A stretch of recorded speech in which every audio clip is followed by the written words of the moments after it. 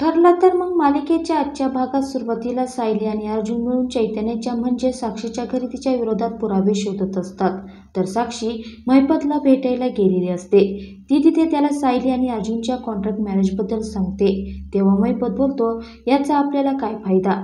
यावर साक्षी सांगते की सायली अर्जुनचा कणा आहे. ती जर त्याच्यापासून वेगळी झाली तर अर्जुन या केसमध्ये जास्त लक्ष का देईल? त्याचा फायदा आपल्यालाच होणार आहे.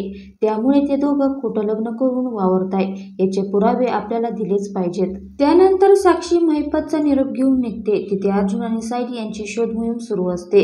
इतक्यात साक्षी घरात येते. अर्जुन व सायलीला पाहून तिला आश्चर्य वाटते, पण ती तिघं साक्षीसमोर मुद्दाम भांडायचं नाटक करू लागतात. चैतन्य साक्षीला सांगतो की हे दोघे कल्पना मावशीचा निरोप घेऊन इथे आले आहे. तिचं असं म्हणणं आहे की आपला साखरपुडा झाला तर आता आपण लवकरात लवकर लग्न करून घेऊ, पण लग्न कधी करायचं हा आपला वैयक्तिक प्रश्न आहे आणि त्यात हा मुद्दा मावशीचा निरोप घेऊन इथे आला आहे.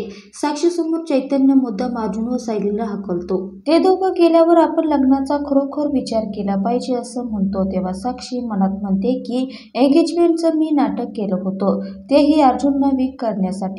थोड्या वेळाने चैतन्य साक्षी विरोधात पुरावे शोधण्यासाठी तिच्यासाठी डेट प्लॅन करतो. साक्षीला मुद्दाम रूममध्ये पाठवून तो तिच्या ड्रिंकमध्ये झोपेचं औषध मिसळतो.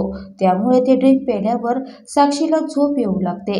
तेवढ्यात तो मुद्दाम तिला म्हणतो की आपण तुझ्या फोनवर सेल्फी काढूया आणि त्या निमित्ताने तो तिचा फोन अनलॉक करून घेतो.